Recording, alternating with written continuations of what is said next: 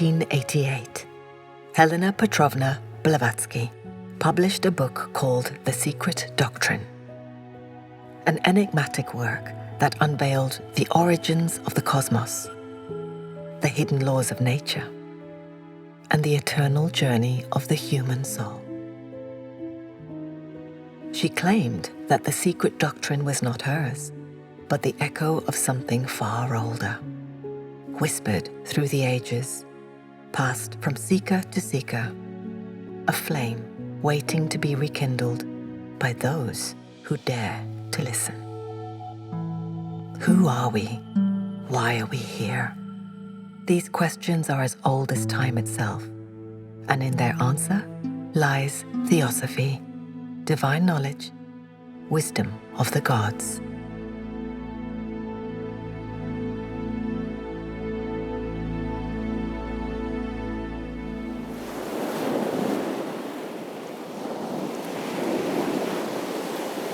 Before time, before form, there was only the great darkness, boundless, eternal, unknowable. The cosmic night, origin of all things, and the final return of all that is. From that primordial void, light emerged, the first breath of creation, and the universe began its unfolding.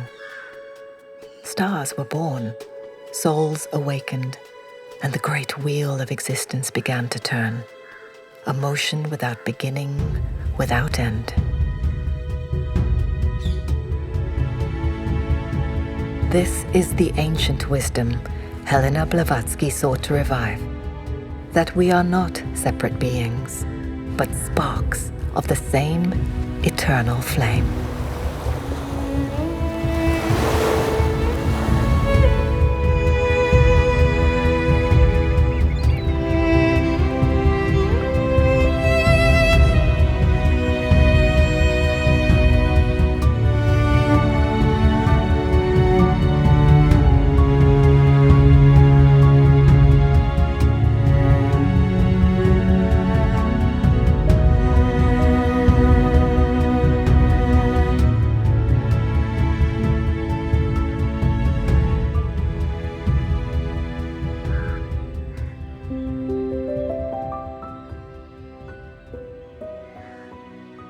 The word theosophy comes from the Greek theos, God, and Sophia, wisdom. So it talks about a kind of divine wisdom, which is not the human wisdom that we can acquire by means of gathering experience or study. This is an inner wisdom that is innate in the divine nature of all of us. So the idea is that theosophical teachings come from that divine wisdom, and as we become aware of that aspect of ourselves, we come in touch with the real theosophy that is that wisdom in us.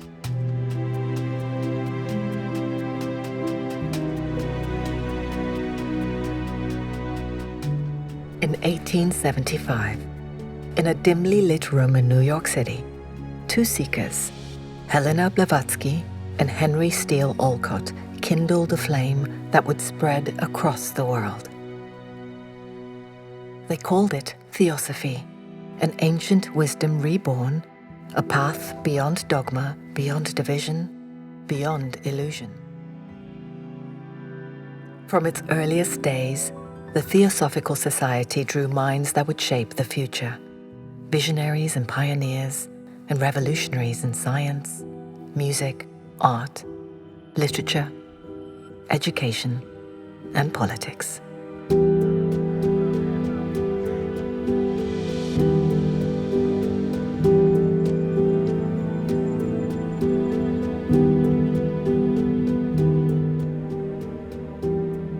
The Theosophical Society was founded in 1875 in New York, and it was a result of a series of incidents and apparently chance meetings, one might say. Colonel Olcott, who was an American, was a person who was interested in spiritualism. He was someone who, from his youth, had been exposed to it, and he pursued it. In his later life, when he was an attorney in New York City, in the United States, it was a huge phenomenon. We can't even imagine today that front page news articles in all of the major news publications were carrying stories about phenomena related to spiritualism, which is to say the people who had died and their communications with the living. There was a particular place in Vermont where there were two brothers who some very remarkable things were said to be happening around them. Both of them were mediums. Colonel Olcott had gone to research that and to write some articles for the New York newspaper. Meanwhile, H.P. Blavatsky had come to the United States in 1874. She equally had heard about these Eddy brothers in Vermont, and she found herself at their farm at the same time as Colonel Olcott. Blavatsky and Olcott developed a friendship that ended up being him trying to find out more about her knowledge about esoteric things. Based on that, the idea came that why don't we form an organization? Initially, they formed something called the Miracle Club in order to investigate phenomena, things that they would describe as miraculous. So that formed, and then it evolved into the idea of an actual society for the study of the wisdom from abroad and esoteric subjects. A name was sought out, and somebody came up with the name, the Theosophical Society.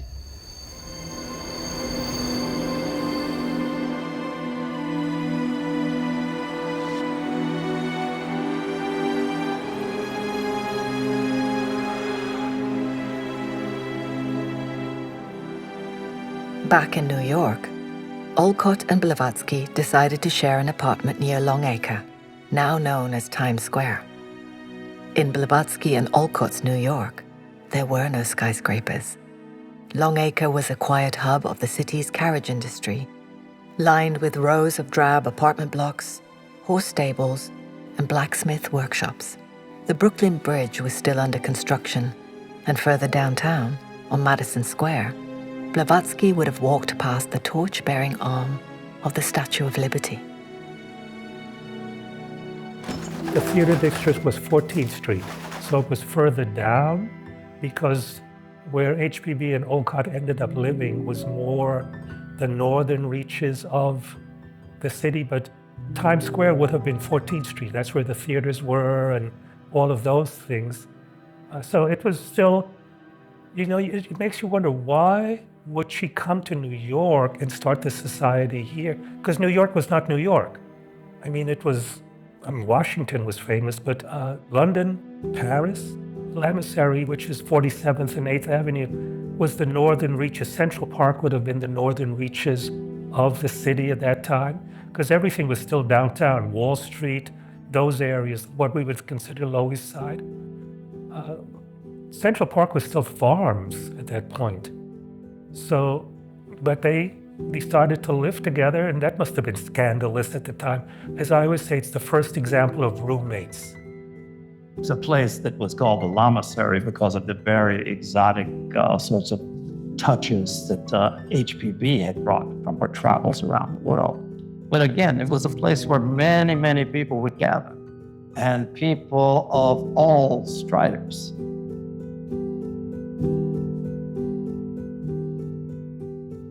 As you say, there were very different temperaments and personalities. Colonel Olcott gave the society a certain stability and respectability while she was just very galvanic. Said anything that came to mind, smoked, could curse people out, So they were, in a sense, they balanced each other. And I think that's one of the reasons this society stayed through the 19th century, through all of turmoil and different things. He gave it a certain air of respectability because he was a lawyer. He had a good old American Yankee, as they would say. He had a certain gravitas. H.P. Blavatsky had a mission during her brief time in this world, which was to expand human consciousness and understanding. Madame Blavatsky was in many ways an extraordinary person.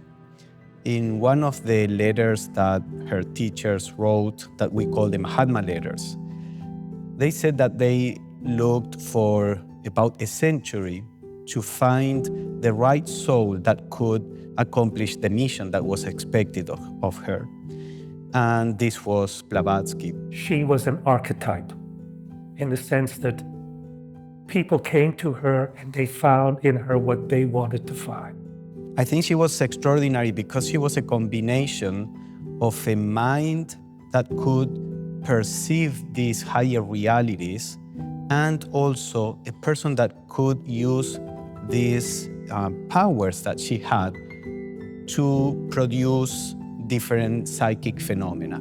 This was necessary because it is through these means that she caught the attention of the world. She was someone who was born in Russia. At that time, it was Russia. Now, of course, it is Ukraine, in the city of Dnipro. Little did her family know at that time that she would go on to become someone of enormous influence, particularly in the Western world and then in India, in terms of the bringing of a new way and a deeper view of the ageless wisdom tradition. She was someone who traveled at a very young age. She began her travels really around the world. She was in continents all over. A woman ahead of her time, a passionate soul, a traveler, truly a world traveler for her time. Madame Blavatsky remained a riddle to her closest colleagues and family members, as well as to every historian who has attempted to assemble the puzzle pieces of her life. From time to time, she emerges at various locations around the world, her bearings momentarily pinned down on the map by stories shared by those she traveled with or met along the way. But what was her motivation for her travels? What was she engaged in? No one really knows. Really, she traveled in search of the mystic lore or the histories related to esoteric aspect of being in every place in the world. She claimed that her secrecy stemmed from a solemn promise to protect the identity and whereabouts of her teachers, adepts or masters, in a secret ashram deep in the Himalayas.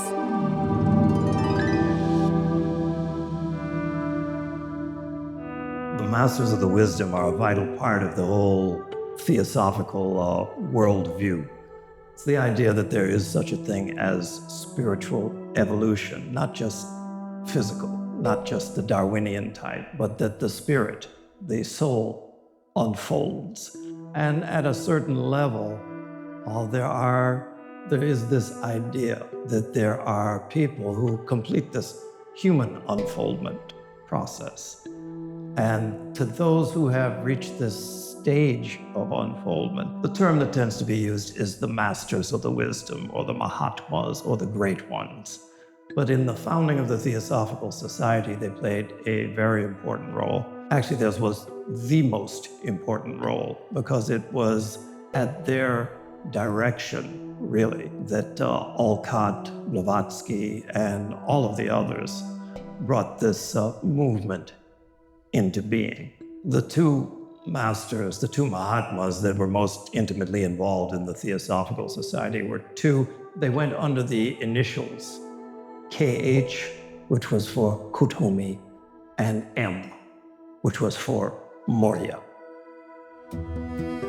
H.P. Beach started to write Isis Unveiled, which became a book that was quite a sellout relating to science and theology, and trying to show the ways in which those were missing the point currently by demonstrating the ways that they had actually pointed themselves toward truth in previous times.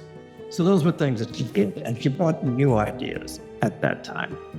The ideas of reincarnation, of karma, of life after death, were things that she was very fluent in speaking about.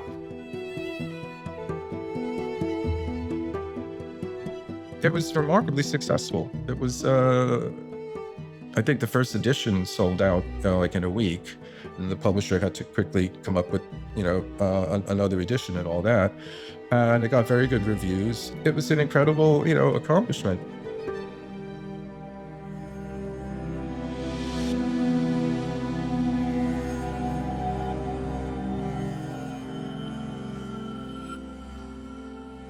Madame Blavatsky and Colonel Olcott landed in Bombay in February 1879 and settled down in Girgaon, an Indian neighborhood on the Malabar Hills.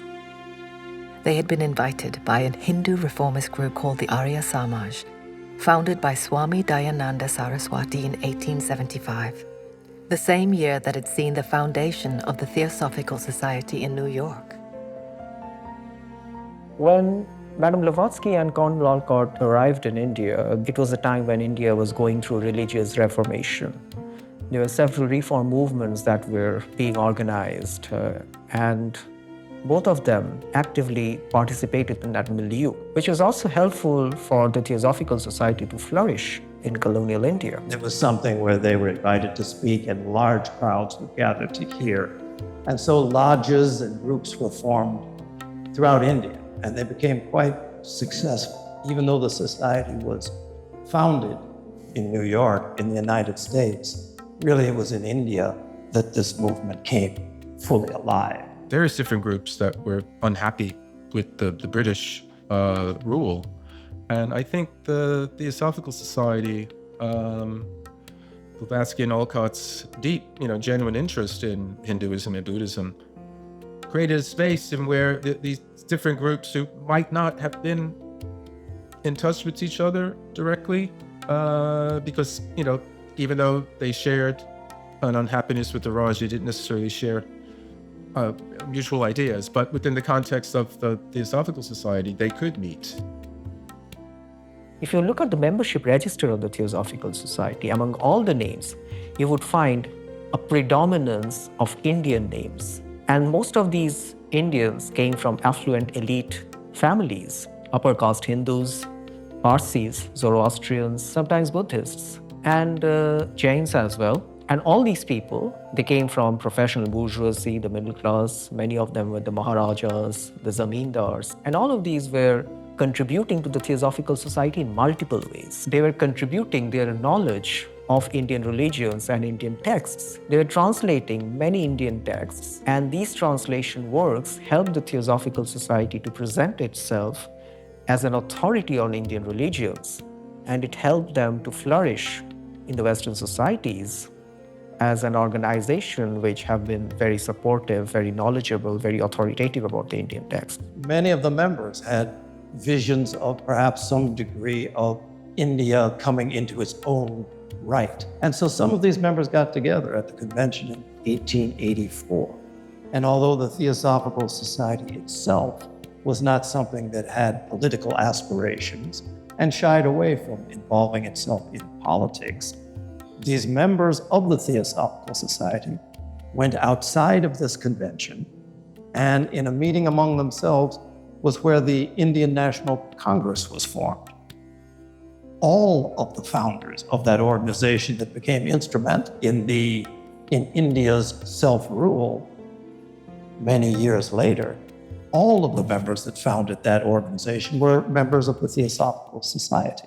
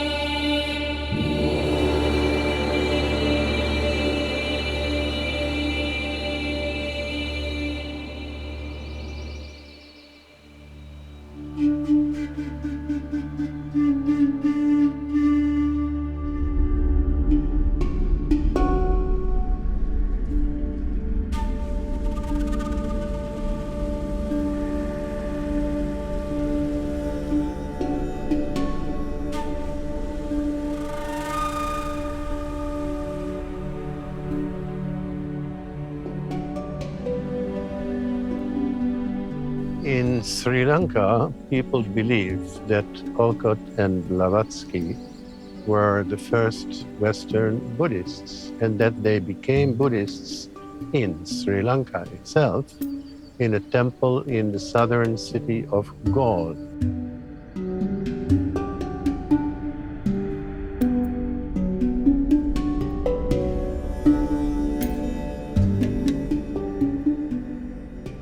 On 17th of May, after 2 days their arrival, they came to this temple, the preaching hall of our temple.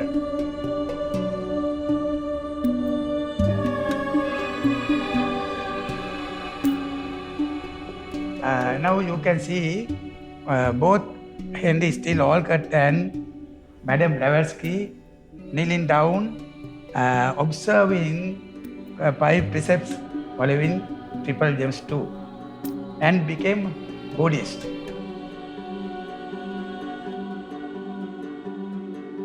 Blavatsky and Olcott had arrived in Sri Lanka to stand in solidarity with Buddhist monks striving to breathe new life into an ancient faith.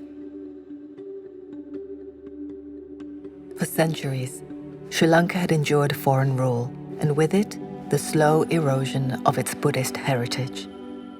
Olcott found that something has to be done about this state of affairs. So he started, for instance, printing the Buddhist Catechism, a booklet good for children, but for elderly people also. He started schools, 6 major schools like Ananda College, Nalanda College, Dharmaraja College, and also another 200 smaller schools all over Sri Lanka to raise the level of education in general, but also the knowledge of Buddhism.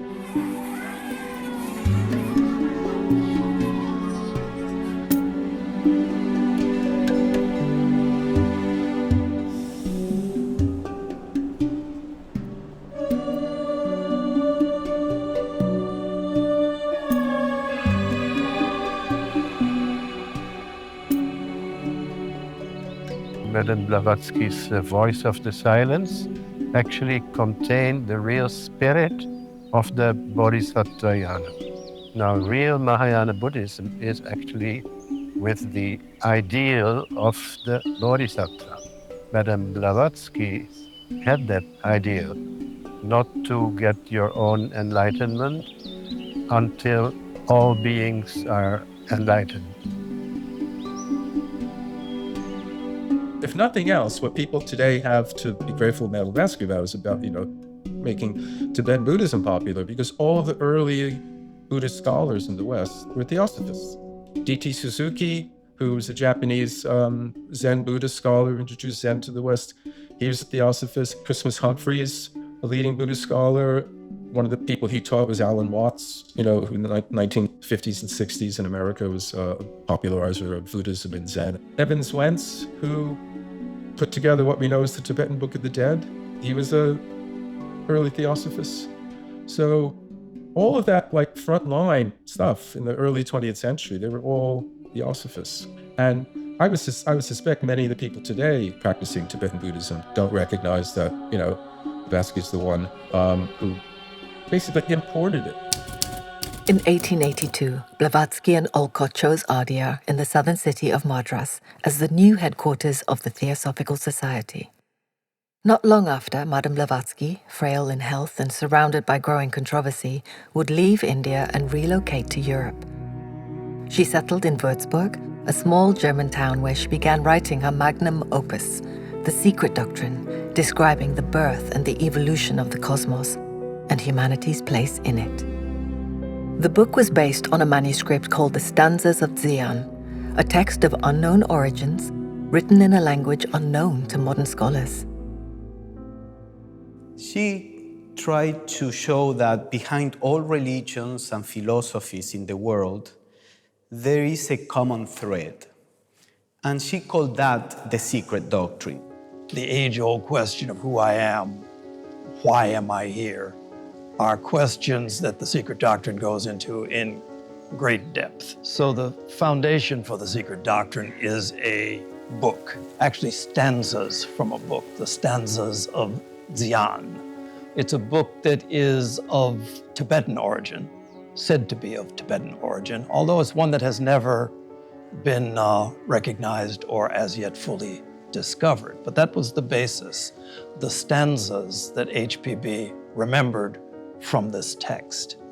And based on that, the secret doctrine developed in two particular areas, one related to the cosmos and its beginnings, the other related to human being, humanity, and its beginnings, cosmogenesis and anthropogenesis. It's nothing new. It was, the Neoplatonists knew it.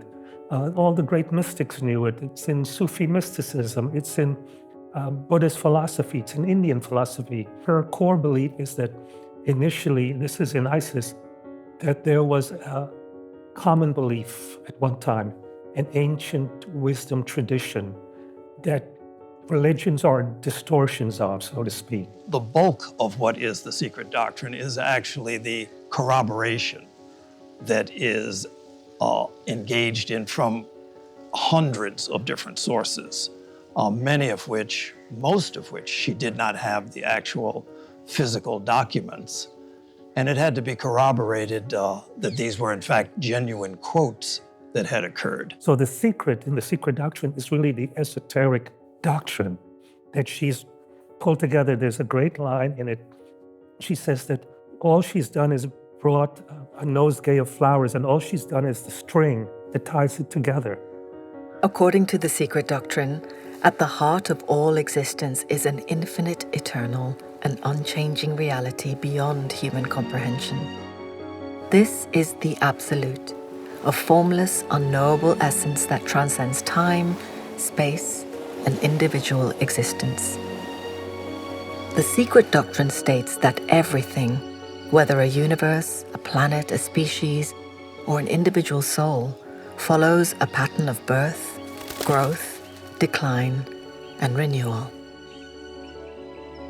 All beings, from the smallest atom to the greatest cosmic intelligence, are interconnected.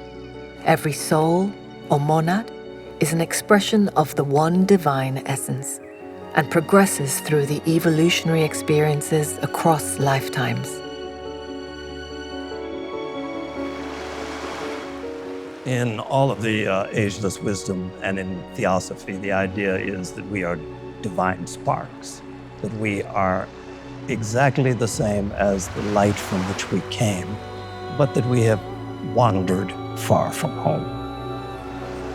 Basically, we are all going through this pilgrimage of repeated incarnation in the process of unfolding this deeper, not just understanding, but this deeper aspect of our being, that we are not separate.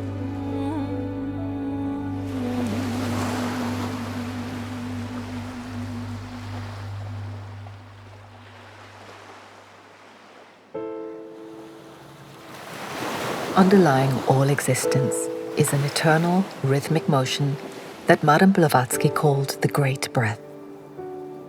This divine breath of the unknowable deity breathes out a thought, which then unfolds into the manifested cosmos.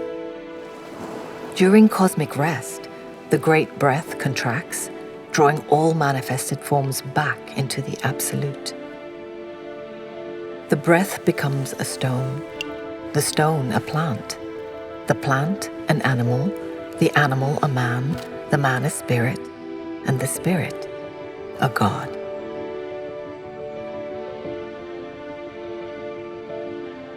In the secret doctrine, the Great Breath is the eternal motion, an aspect of the one absolute, symbolizing consciousness itself. The universe is in a constant state of creation, driven by a fundamental pulse that continuously generates and regenerates existence. The same rules that govern space also govern atoms and us as sentient beings. Since the beginning of time, electrons and protons have neither decayed nor have they ceased to move. Likewise, living things are in perpetual transformation, No person, animal, or plant remains the same from one moment to the next.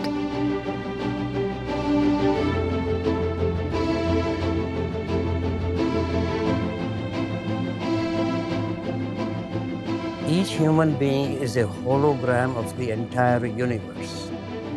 In the scientific enterprise, the tendency has been to look outside. In the spiritual enterprise, very much the call is to look inside. And the whole universe is mirrored inside us. And particularly, this is very strongly emphasized by Patanjali in the Yoga Sutras, for example. Even this became the practice of doing natural science.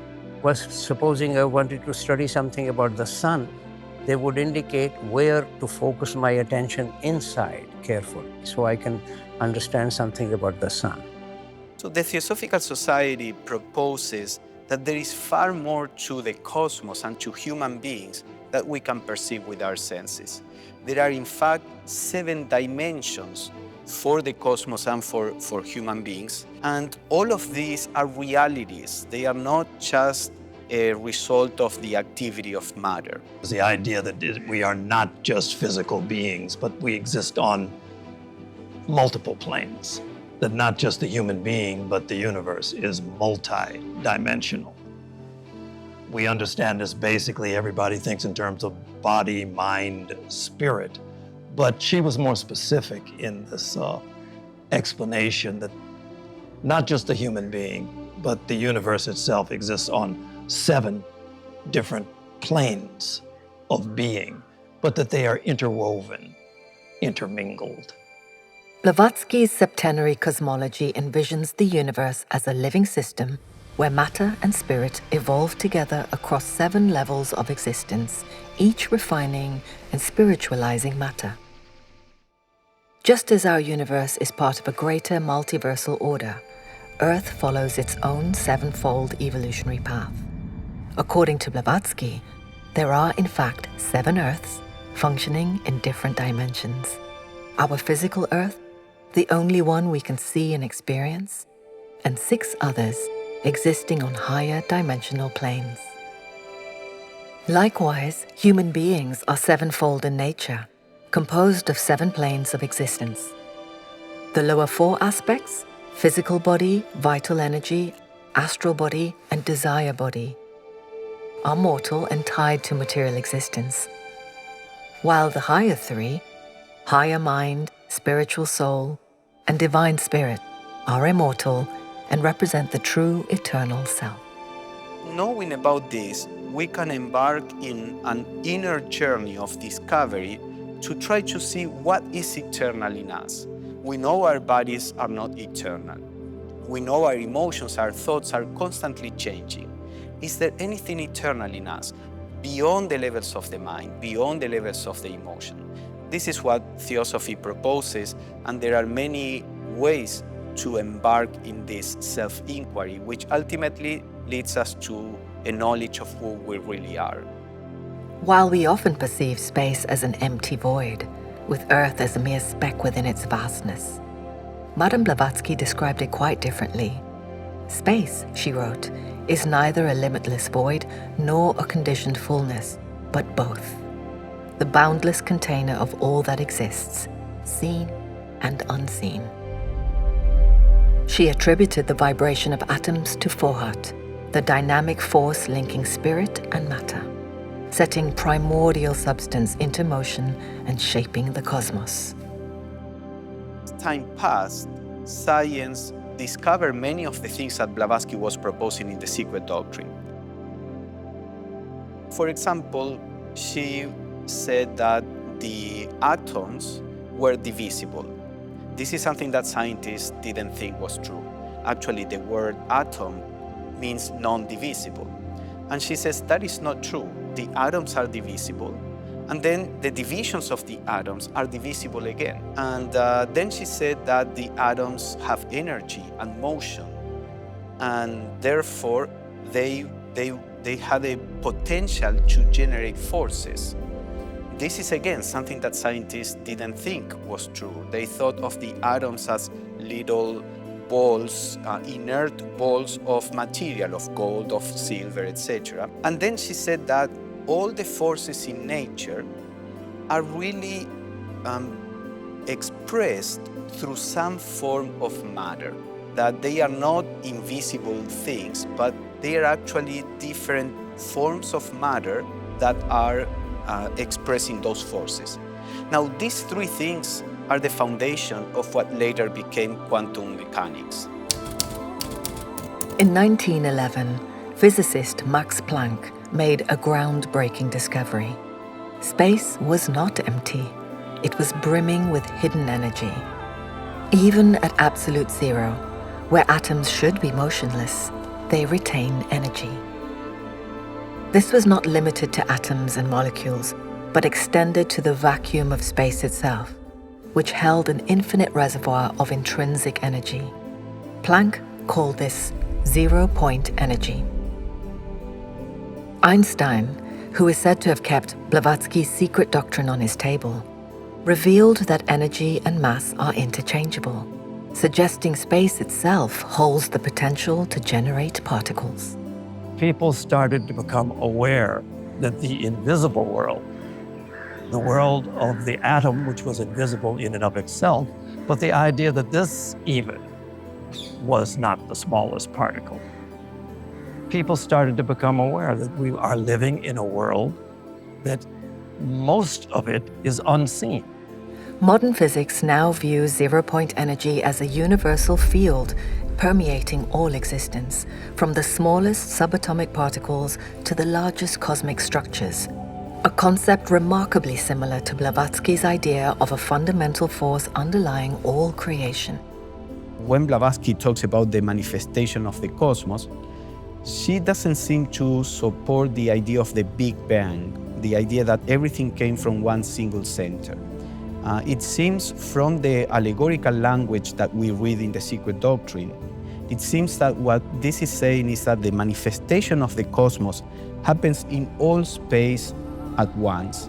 Also, there is the idea that this happens in a cyclical way. And there are some scientists today that they recognize several flaws in the theory of the Big Bang, and they have left that theory and are trying to develop different theories for the universe, and they are all finding that cyclic models of the universe are quite good to describe what we see.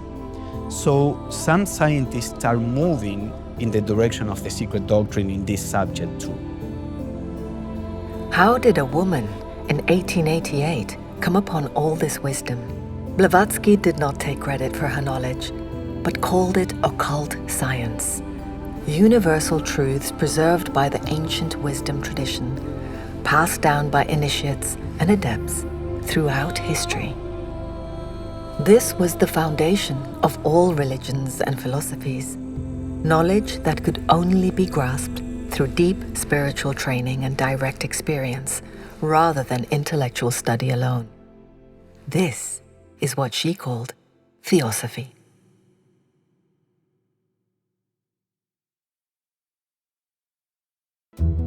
From Würzburg, Madame Blavatsky moved to Ostend, Belgium, before finally settling in London in 1887. This was the London of Sherlock Holmes, Jack the Ripper, Dr. Jekyll and Mr. Hyde, and the picture of Dorian Gray. A city steeped in mystery and intrigue. Around this time, theosophy began making waves across Europe, and Blavatsky herself became something of a cult figure in London's intellectual and spiritual circles. Her residence on Lansdowne Road became a gathering place for many notable figures, including Oscar Wilde, the Irish poet William Butler Yeats, and even the young Mahatma Gandhi. There was one more famous visitor to the Blavatsky residence at Lansdowne Road, Annie Besant. A passionate opponent of all injustice, Besant had already made a name for herself as a writer, trade union activist, and lecturer for the National Secular Society, the Fabian Society, and for the Social Democratic Federation, as well as a member of the London School Board. Annie Besant was one of the most influential women of her time, yet despite her many accomplishments, she felt that something was missing from her philosophy of life, a puzzle piece yet to be found. That changed when the 2 hefty volumes of The Secret Doctrine arrived on her desk when William Stead, editor of the Pall Mall Gazette, had asked her to review them. She joined the Theosophical Society in 1889 and immediately became a close trustee of Blavatsky. Together with fellow theosophist Charles Webster Leadbeater, Annie Besant embarked on a series of clairvoyant experiments, a journey that would ultimately reshape the course of art history forever. In 1910, Russian painter and theosophist Vasily Kandinsky created a watercolor that is now widely regarded as the first abstract artwork in the history of painting. Meanwhile, in Sweden, another theosophist, Hilma af Klint, was developing a vast body of work known as the Paintings for the Temple, a visionary series far ahead of its time. In Paris, Czech artist František Kupka, influenced by Blavatsky's work, began exploring the interplay of vibration, radiation, and waves, striving to capture the essence of sound through color. By now, Blavatsky's Secret Doctrine had found its way onto the bookshelves of countless artists, deeply influencing the artistic landscape of the time. Theosophical ideas were particularly evident in the works of symbolist painters who explored themes such as spiritual initiations, the masters of wisdom, oneness and unity, the balance of masculine and feminine energies, reincarnation, and the evolution of the soul. Rather than striving for an accurate representation of the visible world, artists began to depict an invisible reality, one of energy, consciousness, and deeper meaning. What many may not realize is that this radical transformation in painting was sparked by something unexpectedly small, a modest theosophical book that served as the hidden catalyst. In 1905, a book was published by Annie Besant and Charles Webster Leadbeater. The title was Thought Forms, and this book was going to have quite a significant impact on the development of abstract art. Thought Forms is a very important book because when you look at the Western art history, you realize that most of the names that today we admire, they were inspired by the thought forms.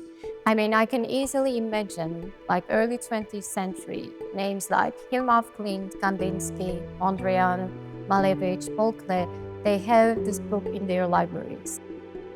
By that time, Besant and Leadbeater had become very prominent figures in the Theosophical Society. Besant had become practically the leader of the international movement. Leadbeater and Besant were collaborating. Leadbeater had clairvoyant abilities, so the collaboration was based also on that. Leadbeater was exploring the other dimension with his abilities, and he and Besant together then would write books that would explain what these experiences meant. The essential idea that you find in the book, in Thought Forms, is the fact that out of our emotions, of our feelings, and also of our thinking processes more generally, there are forms that can be observed around us and that usually have particular shapes and particular colors. And this creates a kind of symbolism that can be interpreted. So on the basis of the color and the shape that you can see, you can tell more or less in what kind of mental state or emotional state a person is at that moment. To Besant and Leadbeater, thoughts were far more than mere mental activity. They were dynamic forces carrying both energy and power, capable of shaping reality. Every thought has a distinct shape, color, and vibration, forming an actual entity in the subtle, non-physical realms. These forms are not just imaginary, they exist in the astral and mental planes, affecting both the thinker and the surrounding environment. It was a moment of change, It was just before the World Wars, Industrial Revolution was happening, and there were also many scientific discoveries and inventions that were also looking at the invisible world. The simplest example is the X-ray. So in that moment of transition, I think the book 1905, Thought Forms, brought a hope most of these artists, because it was a gateway for them to a different world that actually freed them from the destructive and limited conditions that the life was offering at that period. When first published more than a century ago, Thought Forms sparked an artistic revolution, one that continues to inspire artists today, including Swedish contemporary artist Christine Ödlund. Theosophy came into my life through music. I was studying music, electroacoustic music, in the early 2000s. I came across this book, Thought Forms, by Besant and Leadbeater, and I was looking in this book without reading it. When I came to the part with the musical thought forms, I immediately knew what it was. Also, the symbols, atoms, molecules, and subatomic motion is so artistically presented in Occult Chemistry, the book Besant and Leadbeater. That has been a great inspiration, and I use it in my art a lot.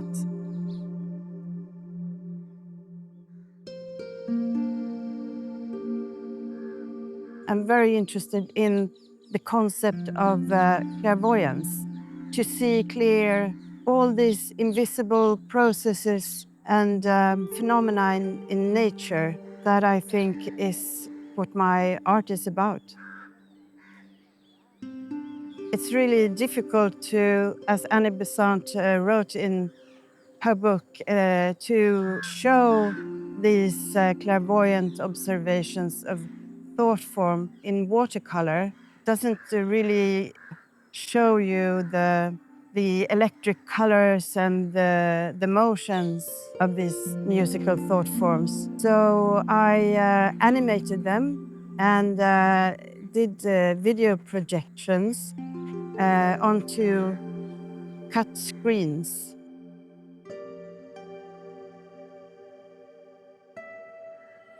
Every living organism have this wish to communicate. We are all connected and have a common ancestor. Even the smallest organism with one cell until plants, fungi, humans, animals, the big blue whales are eukaryotes. We have more in common than we are different, I think. And I have this idea of one day be able to have a communication with a plant, for example, to bridge the language barrier between humans and plants. We could really hear all the communications surrounding us. According to Blavatsky, the process of creation unfolds through sacred geometry, from dots to lines to forms, mirroring the divine blueprint of the universe. What you can see with many artists who are inspired by theosophy and esoteric ideas more generally, and who are moving increasingly towards abstraction, is the use of geometric forms. So the idea is that God is actually an architect who has created the universe on the basis of particular shapes. So for instance, with the triangle, with the point up, the idea is that this is pointing towards a higher dimension, so it is the aspirations towards the higher dimensions of reality. With the square, usually it is nature, it relates to materiality. Circle is perfection, it relates also to the divine or to God. So if you understand the symbolical language, then you can make sense also of what you see in some of these paintings. The gradual shift towards abstraction was particularly evident in the work of Piet Mondrian, a Dutch painter.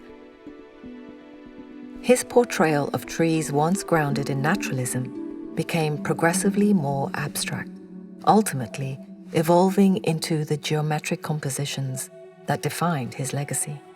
Together with fellow Theosophist painter Theo van Doesburg, Piet Mondrian developed neoplasticism, an artistic movement that abandoned the details of appearance in favor of pure abstraction. In their art, Mondrian and van Doesburg emphasized straight lines, geometric balance, and clearly defined primary colors, seeking to express a deeper, universal order. So he wrote a whole essay about this, about neoplasticism. He wanted to publish it in the Dutch Theosophical journal called Theosophia. So he presented this essay, and this essay was rejected by the journal, although he was a member of the Theosophical Society, simply because the average members of the society at the time couldn't understand what he was talking about, and perhaps were still more attached to a traditional artistic form. Perhaps they could appreciate more, symbolism, more figurative forms of painting, and were not ready to understand the new message that Mondrian wanted to send. Wassily Kandinsky saw art as a spiritual endeavor, not just a visual experience. Kandinsky was deeply inspired by Theosophy, and the ideas of spiritual evolution are reflected in his book, Concerning the Spiritual in Art, which became a manifesto for modern abstract art. Kandinsky envisioned humanity as a great pyramid, where the majority of people existed at the broad base, preoccupied with material concerns. As one ascended, fewer individuals reached the upper levels, representing higher spiritual and artistic awareness. At the pyramid's peak were the visionary artists, those capable of perceiving spiritual truths beyond the material world, creating art that elevates human consciousness. The higher you go, the more art becomes rarefied and becomes abstract. At the top of the pyramid is the artist who has understood this new message and who is producing this abstract art. And for Kandinsky, this artist is like the romantic hero, is like the Prometheus who is giving this new message to humanity, which is a form of light also, because it is a spiritual message. According to Blavatsky, underlying all manifestation was the eternal motion, an aspect of the one absolute. She compared it to fire, which is never static. It constantly moves, consumes, transforms, and renews itself. Her universe was like a boundless eternal flame, one that is never extinguished, but constantly changes form. In 1887, Blavatsky founded a magazine aptly named Lucifer, a title that resonated with her deep belief in the liberating power of light and knowledge. She also wrote extensively on the myth of Prometheus, the Titan who defied the gods to bring fire to humanity.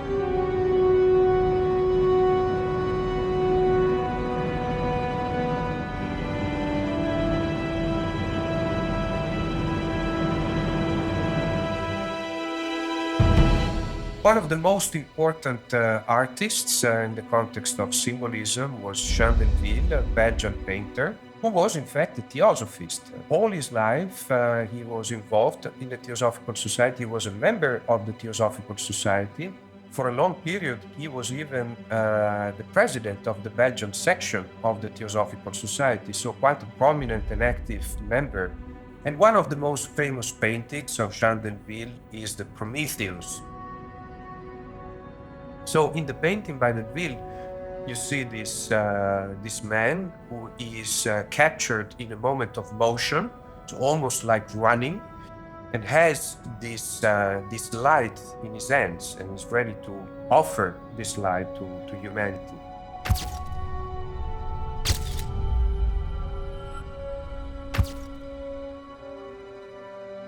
Scriabin, a very famous Russian composer at the time, who was part of the Russian networks, who was deeply imbued with spirituality in the early 20th century, spent some time in Brussels and became a good friend of Denville.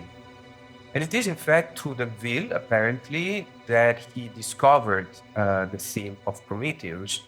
And there came the idea of creating a whole musical piece based on the idea of Prometheus.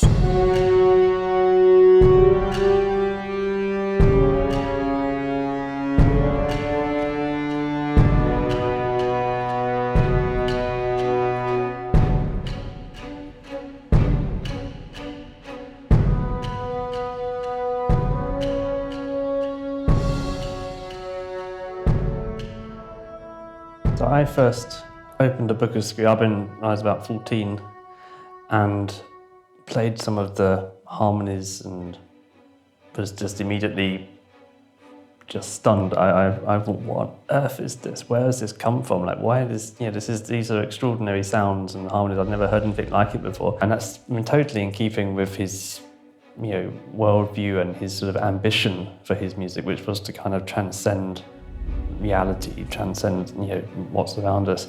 And you can hear it in the music. You can hear his attempts to kind of just get beyond the ordinary.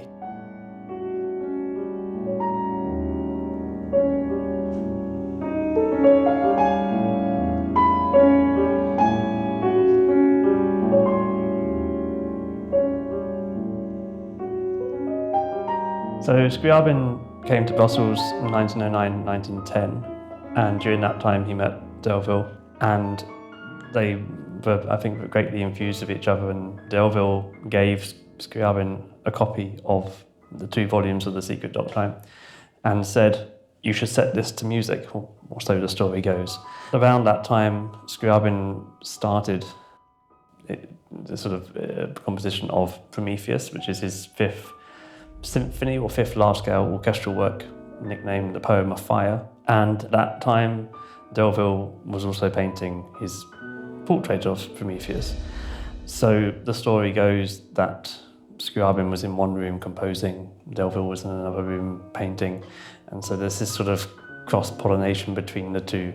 So Prometheus, or the Poem of Fire, to give its full title, is based on a version of the Mystic Chord. You hear it right at the beginning, and it's a totally new way of starting a piece, really, for Scriabin. There's not really anything before this piece that starts in quite this manner.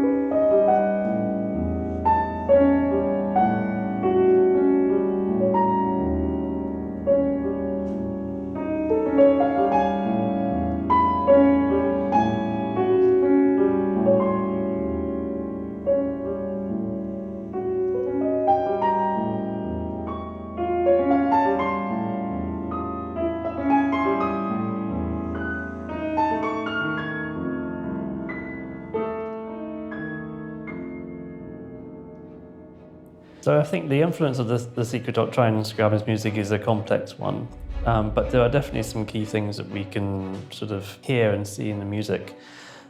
The first is this idea of sort of cyclic rejuvenation.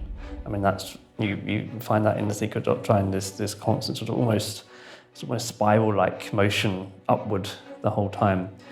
And you hear this in Scriabin's music. There are lots of circles on many different levels, so we get them melodically, these sort of melodic motives that sort of go around and come back on themselves, or that kind of link up in the chain, sort of going round in circles. A very specific connection with the Secret Doctrine and Prometheus, Scriabin's Prometheus, is towards the end of the work, a choir enters. And for many years, it was thought that this choir was just singing vowel sounds. So you just see in the score these vowel sounds. And it was just sort of discovered or noticed not that long ago that actually it's a name that they're singing, and it's the name Urehu, which is a name from the Secret Doctrine and is described as the rootless root of everything, father and mother. So it's like the ultimate sort of unity beyond all other things. And this is very significant. This is what the choir sings at the end of Prometheus. It's a very, very clear connection with what Scriabin is reading. So I think a great testament to Scriabin and Delville's sort of mutual admiration for each other and connection is definitely shown in the original sort of frontispiece for Prometheus, which was designed by Delville, and is what you see on the front of every score of Prometheus when you buy it. And it is a sort of lyre with an androgynous face, and that's a very significant thing. This face, which is both masculine and feminine, this unification of two separate things, or just sort of unity before things are divided. And I think that's very, very fitting, particularly given the connection in Prometheus with Uehu being sung by the choir towards the end. So I think there's no accident that that is the face that we see on the score.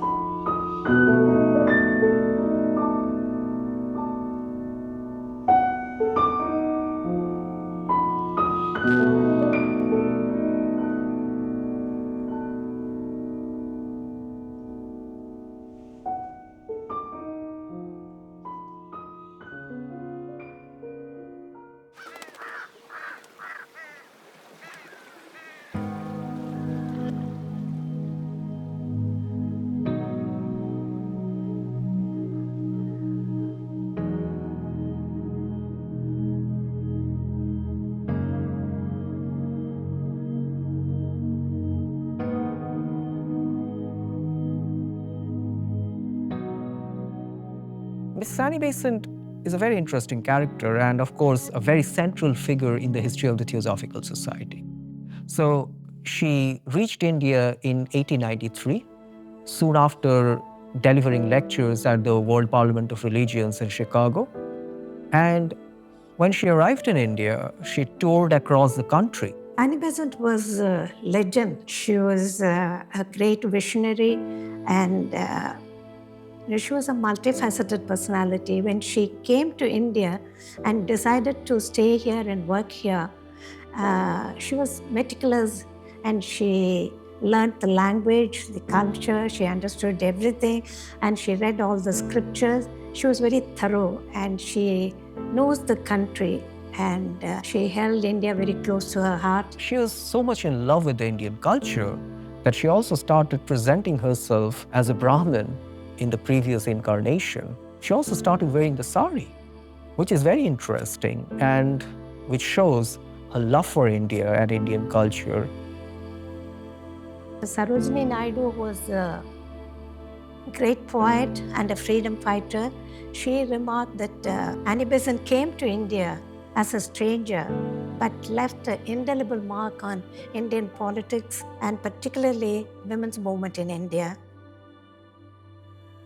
India was a British colonial society. It had a colonial form of government when Mrs. Annie Besant entered India. And this is a time when the Congress Party was actively participating in the anti-colonial freedom struggle.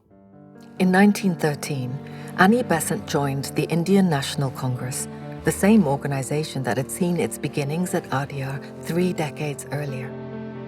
At the age of 67, Annie Besant set to work on behalf of the Indian freedom struggle and founded 2 newspapers, New India and Commonweal. In 1915, she built a large lecture hall on Armenian Street in downtown Madras, naming it after Gopal Krishna Gokhale, who had visited Adyar the previous year. The Grand Gokhale Hall quickly became the focal point for nationalists in Madras, hosting influential voices such as Mahatma Gandhi and Jawaharlal Nehru. It was here on September 3, 1916, that Annie Besant launched the All India Home Rule League with Dadabhai Naoroji, the revered great old man of India, serving as its first president. The Home Rule League is a very important chapter in Annie Besant's life, as well as in the Theosophical Society's connection to Indian nationalism. And the Theosophists strongly assisted Annie Besant in the Home Rule League. Two of her important collaborators in the Home Rule League and the Home Rule movement were B.P. Wadia, the eminent Parsi Theosophist from Bombay, and Mr. Arundel, Mr. George Arundel, who was a British Theosophist. The goal of the Home Rule League was, as its name suggested, to achieve self-government in India. Its leaders delivered passionate speeches, rallying public support, while petitions signed by hundreds of thousands of Indians were submitted to the British authorities. Leveraging the Theosophical Lodges as a nationwide network, the League rapidly spread its message. Within just a year of its founding, Annie Besant's movement had grown to 27,000 members across India. Annie Besant was active in the Home Rule movement from 1916, and this became a very widespread movement all across India. As a result of that, the British government became very alarmed and decided to put her under house arrest in 1917. So she was given a few options where she could be interned, and she chose Ooty.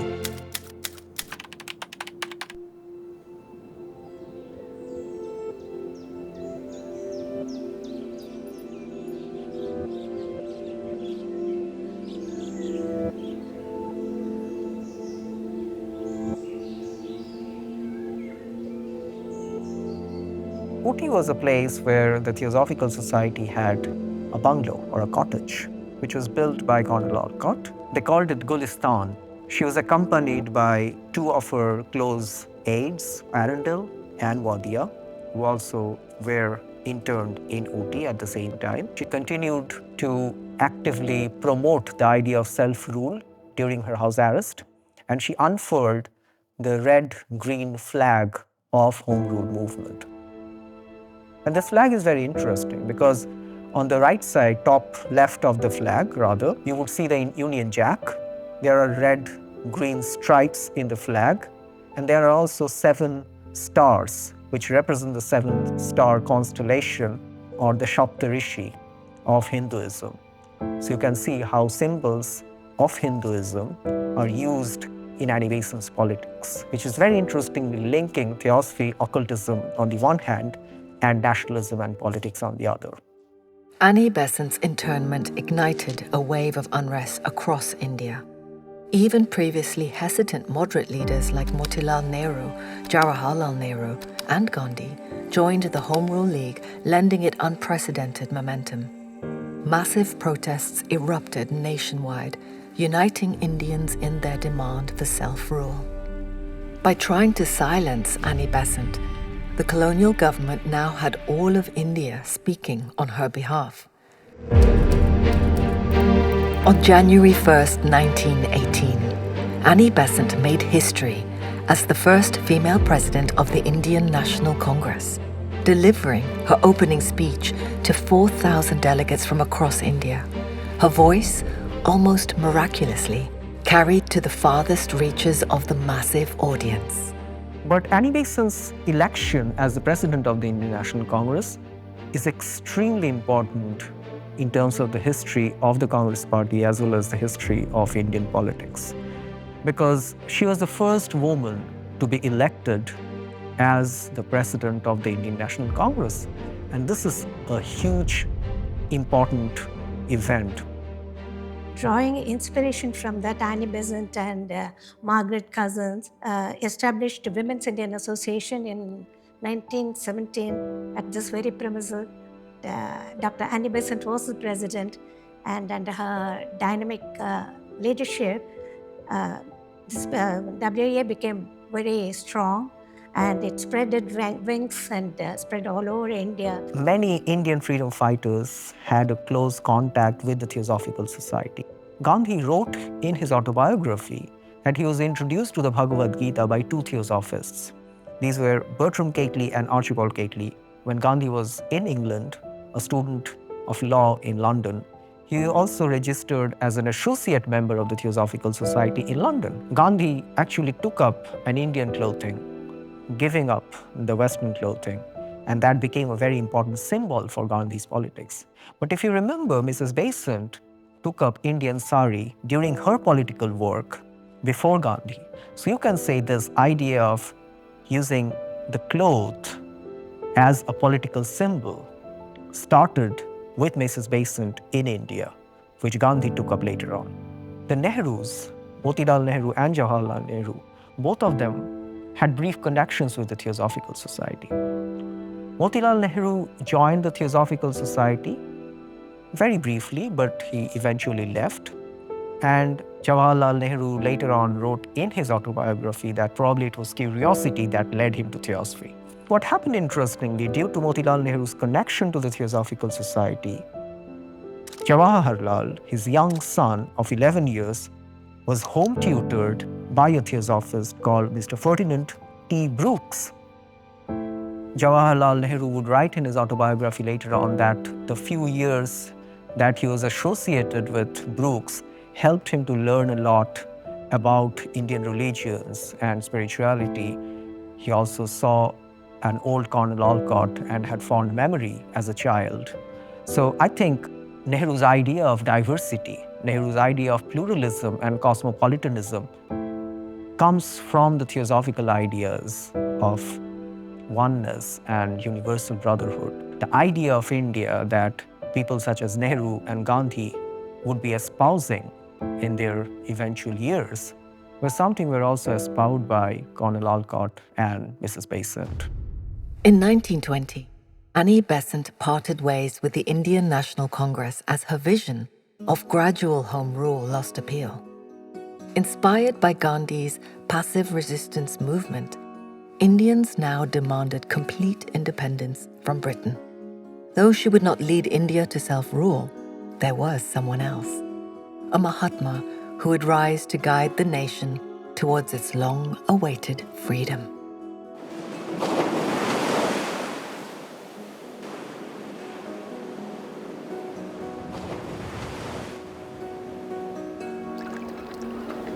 In 1909, Charles Leadbeater discovered a 14-year-old South Indian boy, Jiddu Krishnamurti, who had been living with his father and brother at Adyar.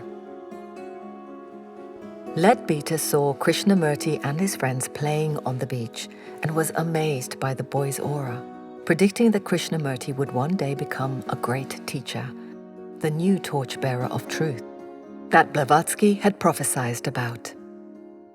But as a very young person, it became very clear that he was, in fact, he had a deep connection with some depth of spiritual wisdom that you would not anticipate in a 13 or 14-year-old boy.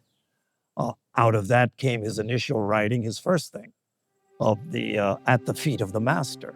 But he was someone who went on to become a world teacher.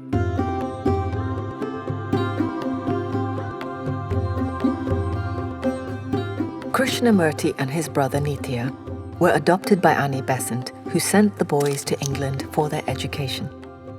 In 1911, the Theosophical Society founded the Order of the Star in the East to prepare the world for the anticipated arrival of the world teacher, with Krishnamurti appointed as its head.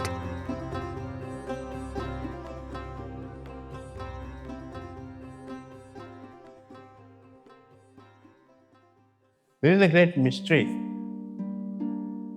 If you read his life, how did Leadbeater and Annie Besant pick up this boy? He was not intelligent, he was unhealthy. To all external appearances, he seemed to be a wrong candidate for being a world teacher. And yet they never changed their mind. They saw his aura and they predicted that this boy is going to be the world teacher.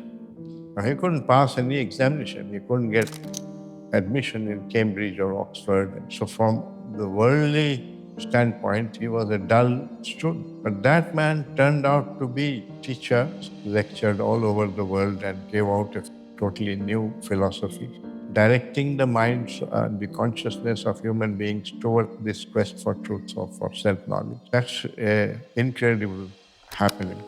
As Krishnamurti came of age, he began traveling and lecturing around the world, quickly gaining a large following among theosophists and attracting widespread attention from the global press. Krishnamurti's perceived messianic status caused friction among the theosophists, leading Rudolf Steiner, head of the German section, to resign, taking most of the German theosophists with him. Right from the beginning in theosophy, the emphasis was on coming upon wisdom. That's why they said theosophy is the wisdom religion. It's not a religion, not one of the religions, but the wisdom religion. And they regarded all the different religions as paths to the truth. What is the philosophic difference between Krishnamurti and what the theosophists at that time said was that Krishnamurti said truth is the pathless light. That means this insight is not a product of thought. You don't get there through scripture or readings or rituals and so on. There is no path to come upon the truth. To look inside more and more impartially. And so whether we call it self-knowledge or self-inquiry or self-observation, those are just different words of trying to convey that. But if I look at myself more and more impartially, what I see gradually changes. And then I can become more and more free of my wish, my desire, or my fear, or my acquisition. And this is the fundamental call actually in all the teachings. The Theosophical Society may have declared him the vehicle of the Mahatmas, building a cult around him. But Krishnamurti rejected the role of guru or authority. Instead, he emphasized the pursuit of truth, not through organizations, ceremonies, or worship, but within oneself. He finally dissolved the Order of the Star in the East during the annual Star Camp at Ommen in the Netherlands, giving his famous speech, "Truth is a pathless land." I maintain that truth is a pathless land and cannot be approached by any path whatsoever, by any religion, by any sect. Truth being limitless, unconditioned, unapproachable by any path whatsoever, cannot be organized, nor should any organization be formed to lead or coerce people along any particular path. I'm concerning myself with the only one essential thing, the true freedom of man. He was one of those people that come around perhaps once in a generation or two, but he was someone who had the sense that all of the trappings of institutions, of organizations, of movements had a way of defeating his efforts at the sort of freedom. He proclaimed that he's here for one purpose, to set human beings absolutely and unconditionally free. The Theosophical Society said that belief is not religion, that the quest for truth is the highest religion. And so in a sense, they brought something new into the world. Krishnamurti saw that it's becoming like another religion, and that was not what it was meant to be. So he brought it back into the realm of inquiry, into the unknown. Only Annie Besant really understood that and went along with him, because in her own life she had followed the truth every time she saw. So she didn't think that he was rebelling against theosophy. But the other leaders thought so, and so that created a division. The word authority means one who originates something, the author. The word comes from the word author, the one who begins something, originates something, and the rest of the people follow it, make it into an authority, and then it's dead. So one must be very careful if you really want to go into this question of meditation, to be completely, wholly, inwardly be free from all authority, from all comparison. I don't know if you can do it, including that of the speaker, especially that of the speaker. That is me. So he didn't accept disciples and he didn't become a guru for anybody. He said, you are the guru and you are the student both. For the rest of his life, Krishnamurti gave public lectures, engaged in group discussions, and debated scholars, politicians, and leaders worldwide, establishing himself as one of the most influential philosophers and teachers of the 20th century.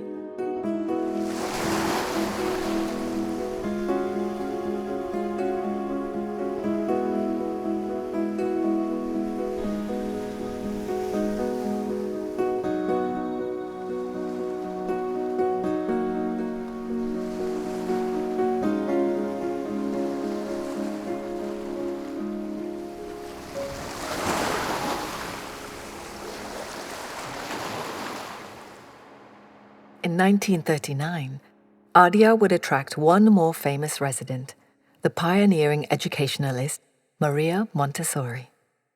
Maria Montessori joined the Theosophical Society in 1899. She was one of the great educators of her time. She lived here in Madras at that time. She came at the invitation of George Arundel, and she lived right here in this Olcott bungalow. And because of World War II, she stayed here. During the course of the war, she was persona non grata back in Italy. But she stayed here, and because of the awareness of her teaching methods, really it was here from this place that the Montessori method took wings in India. She would have classes here. 300 educators would be gathered here to learn the Montessori method, which then spread throughout India and is quite alive here to this day. Maria Montessori's cosmic education, a central philosophy of her later work, was deeply influenced by Theosophy, particularly during her time in Adyar. Its core message was that everything in the universe is interconnected and each individual has a unique role to play in the grand order of life. Montessori presented history, science, and culture as an interwoven story, helping children see how all things, stars, plants, animals, and humans, are connected, mirroring theosophical ideas of cosmic evolution and the unity of all existence.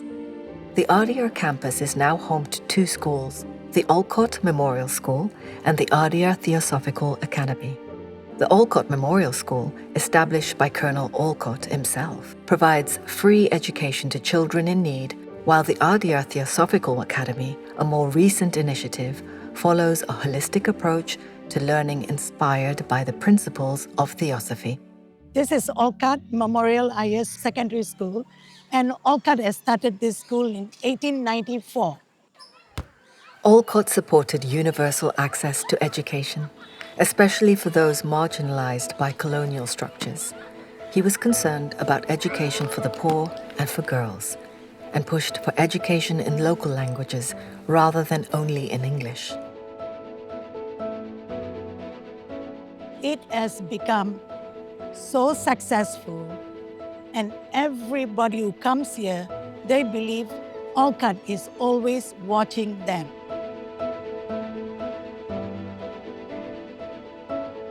Olcott School has a rich legacy of educating children from disadvantaged section of our society.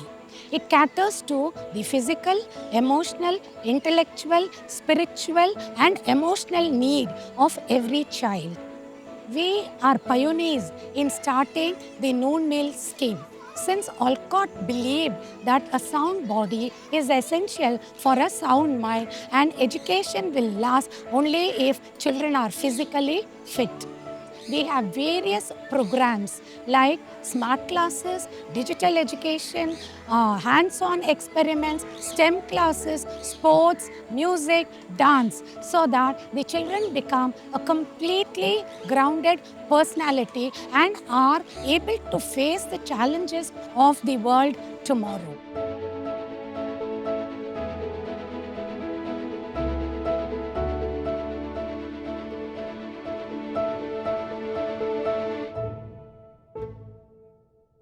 Children, today we are going to paint thought forms. What colors come to your mind when you think of love and friendship? I believe love and friendship comes in many different ways, And they're all perfectly imperfect. So I think the colors might be a splash of pink, a splash of black, and a hint of white. Yes, Surya? I think friendship should be in the shape of a rectangle with a blob in the middle. First, we will meditate together and think about love, friendship, and oneness of all beings. And then we will paint the thought forms that come to our mind. Is that okay? The objective of the Theosophical Society is the transformation of individual and society. And so it is very apt that we are into the education of children at a young age. You can see that there are these three great educationists who came about probably because of the impact of the Theosophical thought. So that is Maria Montessori, Rudolf Steiner, and J. Krishnamurti.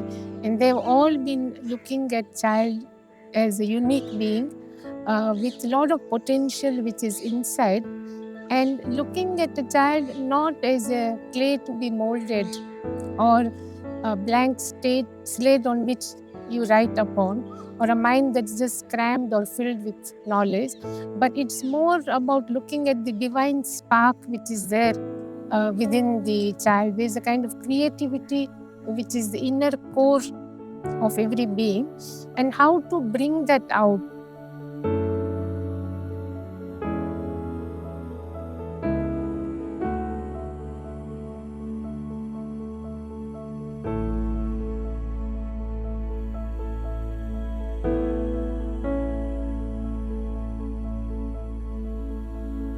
Annie Besant was a person who, whatever she believed in, she did that with efforts which are unmatched. And education was one field which is very, very dear to her heart.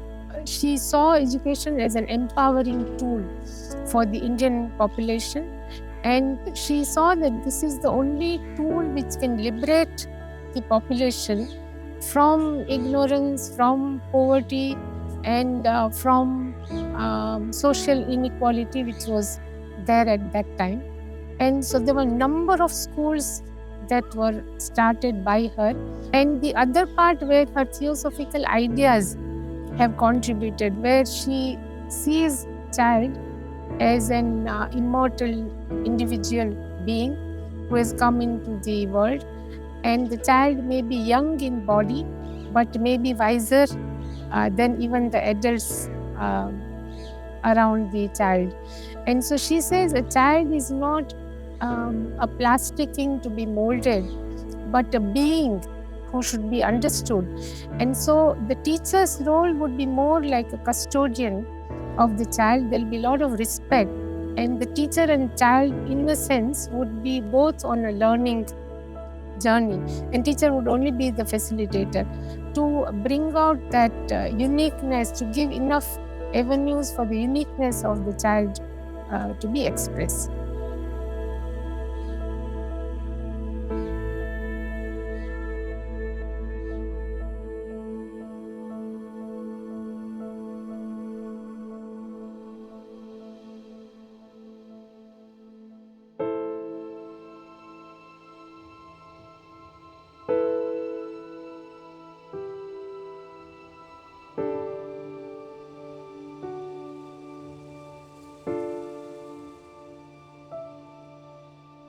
Probably the most important of all of the objects of the Theosophical Society and the reasons for its founding is this idea of forming a nucleus of the universal brotherhood of humanity, an appreciation and understanding of the oneness of all life.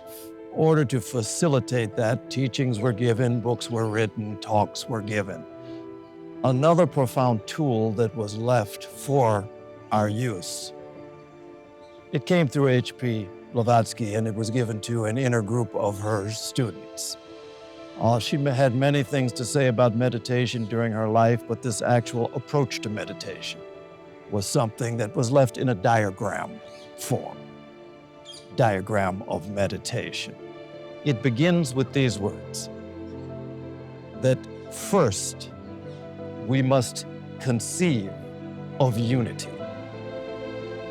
by expansion in space and infinite in time.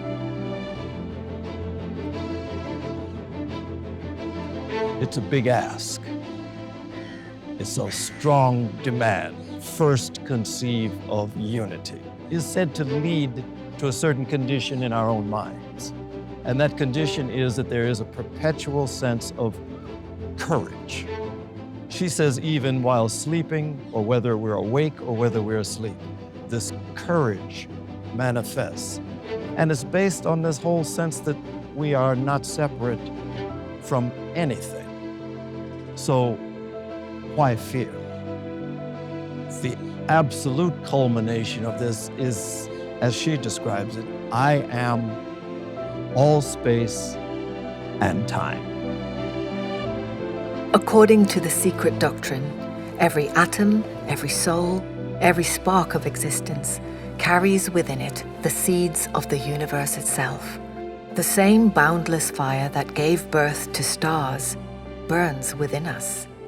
The same infinite intelligence that shapes galaxies pulses through every particle of our being. We are not isolated beings, nor are we here by chance. We are particles of matter, but we are also divine light, drawn into existence by divine thought. Our atoms dancing to the eternal rhythm of a shoreless ocean. The breath we take is the breath of the cosmos itself. Blavatsky was here to remind us that in the stillness of true meditation, we do not vanish, we become all things. This is the hidden wisdom, the secret carried by every living thing. The key to all knowledge is not outside, but within. The whole idea of the secret doctrine is somewhat paradoxical because it's not secret in the sense of something that's hidden. Its secrecy is based on our inability or unwillingness to look more deeply. It's encoded in our being.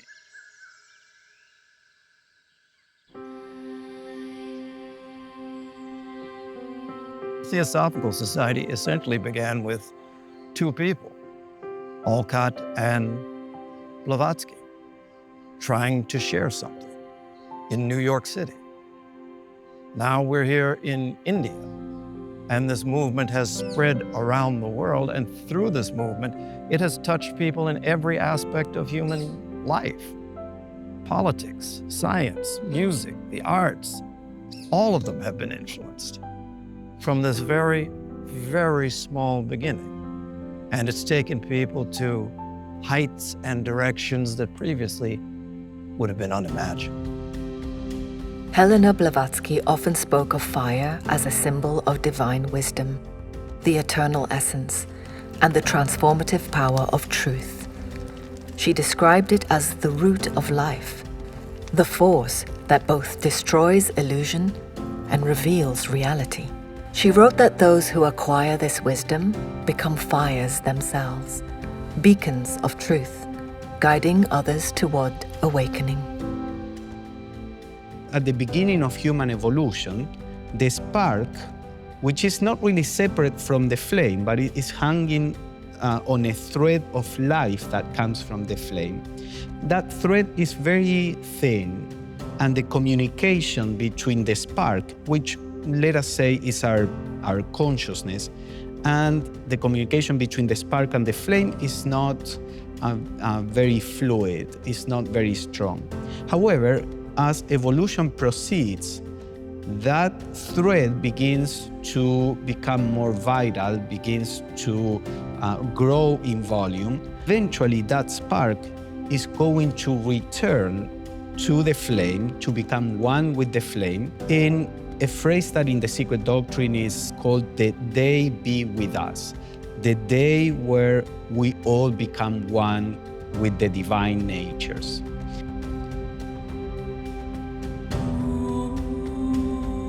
HPB talked an awful lot about the quality of light, the quality of flame, and the fact that within each and every one of us there is this divine flame that can be awakened. That was part of her message to the world, part of the light that she brought was this reminder that the same light she spoke about could be illumined inside of each of us. And she gives the example of how the power of this light is such that a small light, an individual, can illumine the world by lighting the same flame in countless others. She uses the example of an inexpensive candle. You light it once, and it can light 1,000, 1,000,000 candles just like it. Before the worlds were formed, there was only the great darkness. Pure, infinite potential. And from this unseen abyss, the first light emerged. A single luminous ray piercing the unknown, giving birth to all existence. So it is with the soul. The seeker, cast into the shadows of illusion, must generate her own ray of awakening. The daring heart does not fear the unknown. It burns through the darkness and becomes the light. Just as in the vast and boundless void, the first ray of creation is born. Before she left this world, Helena Blavatsky spoke her final words, "Keep the link unbroken." This was not a farewell, but a command, a call to those who walk the path of wisdom, to carry the flame forward, to seek, to question, to know.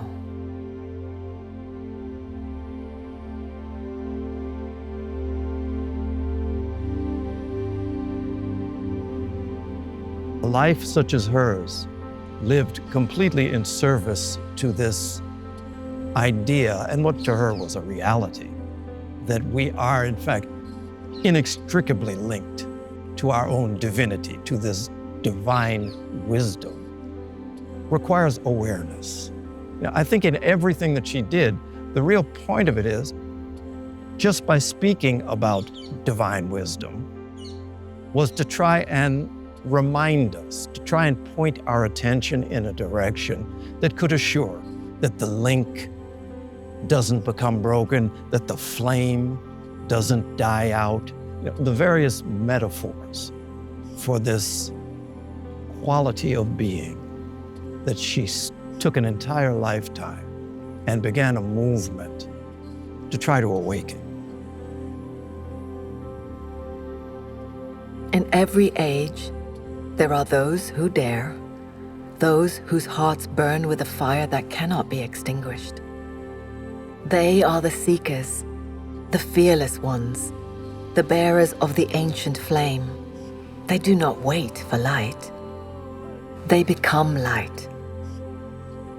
Theosophy is the story of such souls. Helena Blavatsky and Henry Steele Olcott did not seek power, fame, or fortune. They sought truth, something greater than themselves, something eternal. They were people, flawed, human, daring, and yet through them, a movement was born that shook the world, ignited minds, and opened hearts to a wisdom older than time. Helena Blavatsky did not seek comfort, nor offer it. Instead, she pointed us towards the great mystery, towards within. Why are we here? She writes that this is a mystery so vast, so unfathomable, that even the highest beings in the cosmos bow before it in silence. It is the causeless cause, the rootless root, the unseen fire behind all existence. The great mystery does not ask for understanding, only for awe, for surrender, for the knowing that is beyond thought. To ask why is to chase the horizon, to grasp at smoke, for we are not here to answer, but to become. And so we move, spiraling through time's illusion, dancing between the seen and the unseen.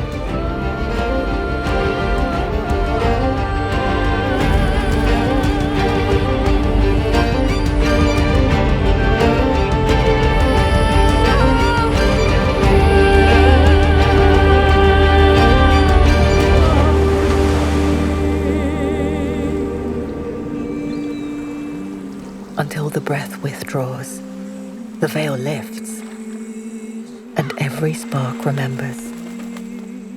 It has always been one fire.